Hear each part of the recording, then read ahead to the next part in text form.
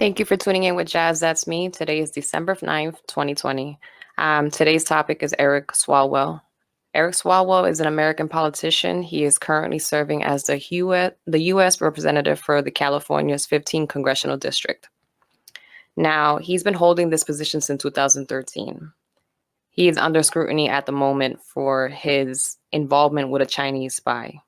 Eric could not have been appointed to this position without the approval of the House Speaker, Nancy Pelosi. So I guess what's on everybody's mind is, when did Nancy know? Did Nancy know? How much did she know? Did she know this whole time? The Chinese spy's name is Christina Fang, aka Fang Fang. At this time, there have been no denials of the allegation. So another question raises, why is he on the committee? From what we know, he has no qualifications to actually be in this position. Now, why hasn't he been fired now that we all know? Why is it the fact that he has been involved with a Chinese spy that nobody has taken action against him? I'm actually going to play this video from Fox News detailing the incident. Stay tuned.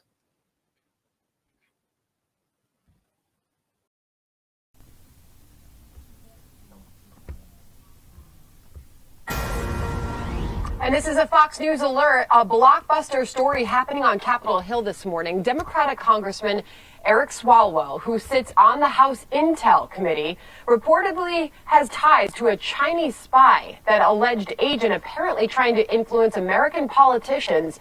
And now Republican lawmakers are demanding answers. Good morning, everyone. I'm Sandra Smith.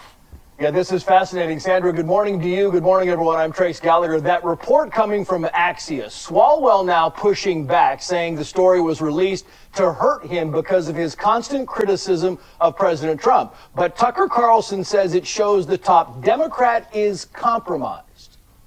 Eric Swalwell, who has used his office to promote Beijing's talking points, almost word for word, ones that matter, by the way, a man who admits to a close personal relationship with an actual Chinese spy who helped him get elected to Congress, raised money for him, and put an intern, probably another spy, in his office. That man continues to serve on the House Intelligence Committee, where he has unrestricted access to classified information.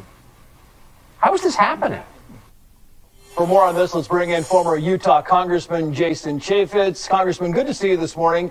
Thanks for coming on. I want to get your take on what you make of this, because the Axios report says this woman, Christine Fang, also known as Fang Fang, didn't pass along any classified information. But the report goes on to specify this, and I'm quoting here, private but unclassified information about government officials, such as their habits, preferences, schedules, social networks, and even rumors about them is a form of political intelligence. Collecting such information is a key part of what foreign intelligence agencies do. What do you make of all this?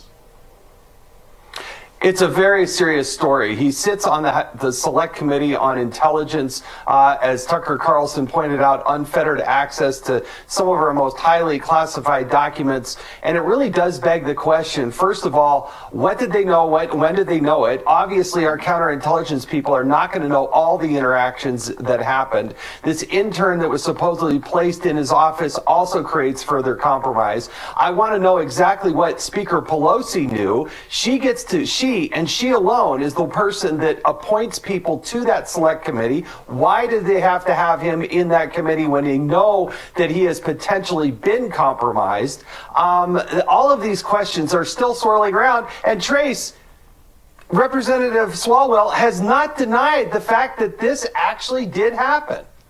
No, there's been no denials. He did, of course, blame the president. We'll get that to a minute. But I want to play this from House Minority Speaker Kevin McCarthy, because he's saying that, in essence, Congressman, this is the tip of the iceberg. Watch. The tip of the iceberg. This congressman now gets on the Intel Committee. They are only selected from the Intel Committee by the leaders of their party, meaning Nancy Pelosi.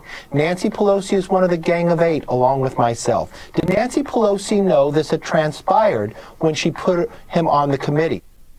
So the question is not only who did they know, or what did they know, and when did they know it, but who else knew about this?